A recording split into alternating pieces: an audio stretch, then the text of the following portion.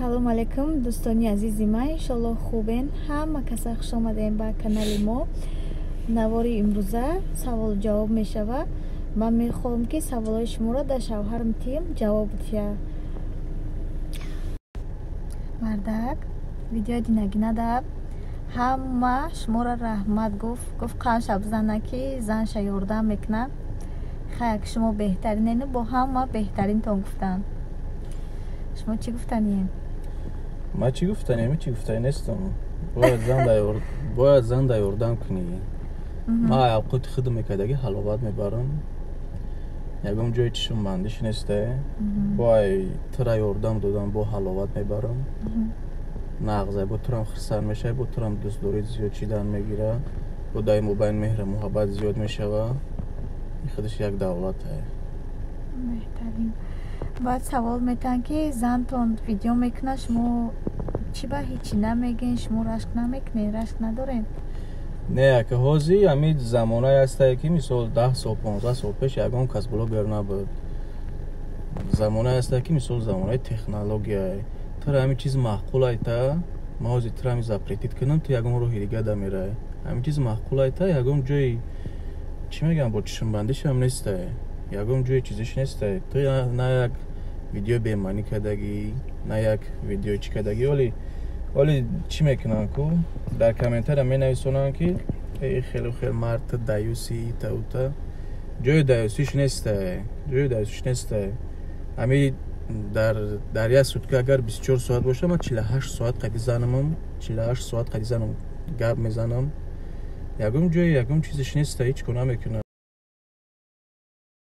بشین گپی همه رو گوش کرده. اینا ما اولیکوما گرفتم از شرکت فابرلیک جان. ای اولی نمیکاری مای. اول سلام علیکم گلدخترکوی خوش رویم. ما میخوام خود شما ادکریتی گپ بزنم. چیزی که هستم رو میگم. آها ما اولیکوما میگیرم. فابرلیک هم شرکتی هست که در چند مدت اولیکا دو بار شما میتونیم که گرفتن. یعنی که اولیکا زویز در خود شما چند قدر اشتراک باشین، چند قدر که زانی بالان رفتن همون قدر اولیکی بسیار میگیرین، تستر میگیرین.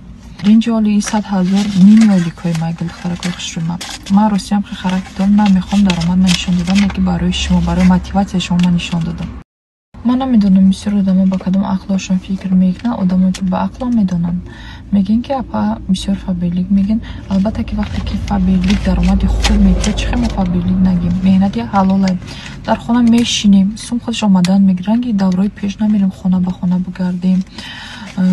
اسمون رو ویران کنیم باز زورا کنیم اپا جان میبریم ما رو خریم. نه این خیلی دیگر نیست. بعضی ها هستن که با کار احتیاج دارن. شما مسجدگی ها یعنی که سوم شما را مس کردگی هایی که احتیاج نداره برای شما نیسته. استودنت دخترکوان زن هوان مادرونه این نامی اینستاگرامش نامی واتساپش در آمده نویسین چی سوال اویدی فابرلیک دارین و شما میفهمونن. دختراخش روی ما کاری بهترین فابرلیک چخیلی که شما دیدستین همه زنهای توی که ما کار میکنن و مبلغای خوب میگیرن. دخترو باور کنید دروغ نیسته. کاری فابرلیک همین شرکت ها عموما دروغ نیسته. برای که در حقیقت پول میگیرن کار میکنن پول میگیرن. شما هم میتونین رنگ همین زنها که کار کنین مبلغ به دست بیارین و آرزوهای دلتون عملی کنین. حالی هم وقت دخترو کسی که رجیستراسیون شدگی نیسته خواهر بهترین ما تیاره که کار در شما بفهمونه و به پول رجیستراسیون کنه. پس بیاین یک جای کار کنین. دخترای خوشوی من گفتنم اونا که خارجانی ما اینستاگرامی خچم داره بتونن که بدروین پادپیسات کنین و بدروین همراهش کار کنین. باور کنین پشیمون نمیشه. یکم کاری بیزم نکرده زنی ما مثال خیلی بعد پانیکا میشه و گپ میشه.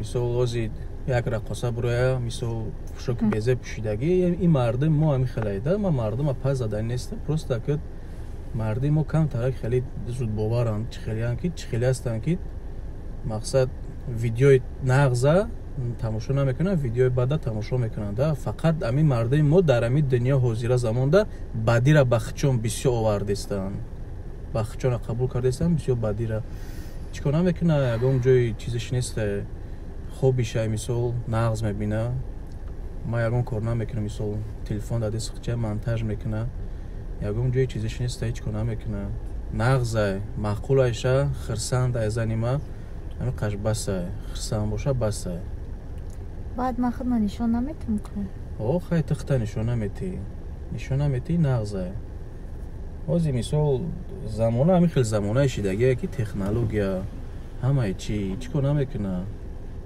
یگون جای چیزیش نیسته سوال دیگر چه خیلی شناس شدیتون نقل کنین شناسشوی ما در چی میخوندم؟ در دوشنبه میخوندم استودیوم بودم ما همین قرغان رفته بودم خانه رفته بودم که تو در چی سوداگی بودی در پیش تاکسی و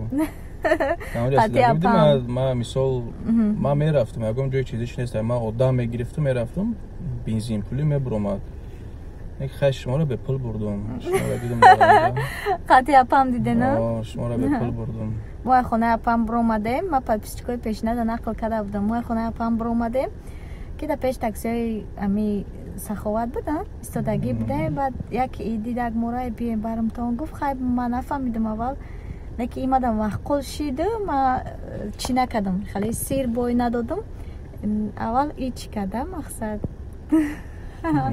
الان خیلی شناس شدیم دختر و یک دیگر را نغز دیم دوره شکر که زندگی خوب داریم نه 6 سال میشه ما هیانورده زندگی ما خوبه جنگ میشیم بگو میشیم نکی یک دیگر فهمی قطعی زندگی به حد زوری بد میره و حوزی همی بسیار دمور همی چی ویرون کردگی همی تلفن ویرون کردگی مثال پشتی همی تلفن خیلی زندگی همه ویرون شده سید برای همقدر جدا نشینده زندگی خوب کنین یک دیگر فهمی وقتی همین در موبایل اگر یک دیگر فهمی نباشه همین زندگی به جدایی میرسونه باید یک دیگر فهمی در جای اول باشه مورم جنگ میکنیم دخترها مورم رشک میکنیم جای رشک در مورم رشک میکنیم مورم بگو میکنیم جنگی نه که آدم خری کنیم بگو میکنیم خیلی سری ما ویرون میشه و این مرد چی میکنه میگه خیلی سر تا ویرون نکن سر این ویرون باشه من میگم که خیلی مردک نیروی چید نکن زیقی نکن خیلی میگذره همش سراز با امی کاری میکنیم که در اوده یک دیگر قطعی گپ زنیم در اوده یک دیگر قطعی چی کنیم خیلی نه که جنگ کنیم قهری کنیم خیلی نه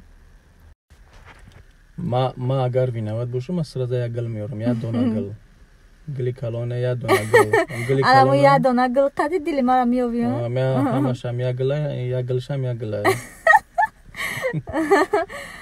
خیلی چی از نتون بچه خوبه شوخ طبیعت کم کم شوخی هم کردن در کاره کن بارک نه اگر که ها جنگشم سراز گل میوره سراز آشتی میکنیم که همی دوست داریمون باز زیادتر شوده انم خیلی زن دیلم شما هم برادرای عزیز وقتی که قطعی همسراتون جنگ میکنین یک بگو میکنین در دوست داریشون کنین یک گلکشون برای اینکه خرسان شوند مقصد زندگیتون پیش برود جوانای حاضره همی یک توصیه میتیم که شوهراتون جدا نشین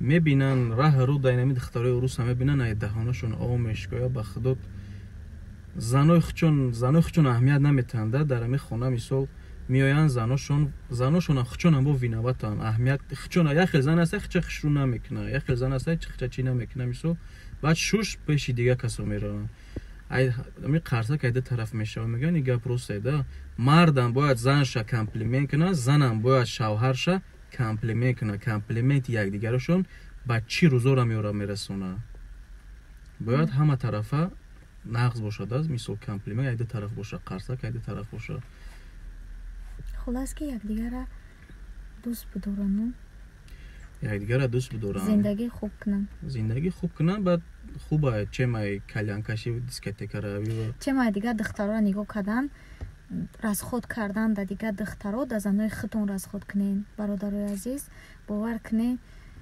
بهترین چیز از زندگی خوب زن و فرزند شوهر این چیز بهترین نعمت خداونده زندگی خوبه سوال دیگر که کامنتاری های بعدی می نویسونن میگن که شوهرش ما چه خیلی قبول میکنه شوهرتون هر گپ میگن خودتون حقارت میکنن چه خیلی قبول میکنین همین کامنتاری ها را ами ягап мегум ки ма дар ягон кас комментария наменависонам. Комментария бад кадоме ки комментария бад менависона дар мисол дар видеои любой одам, значит вай аму блогера ё блогер неста коми боша набоша, значит вай одам ами хеле ягон чи ҳастае ки аму одам ай ненависша медуре комментария бад менависона. کدومی کامنتر بد مینویسونه زندگی آدم خودش خوب نیسته. زندگی کسی دیگر نمیخواه خوب دیدن. کامنترهای خوب او آدما ماشاءالله هم بخدا. کدومی پادرشکا میکنن زندگی و یا زنه چی خوبن یا میخواهن زندگیشون رنگ زندگی ما میکنن.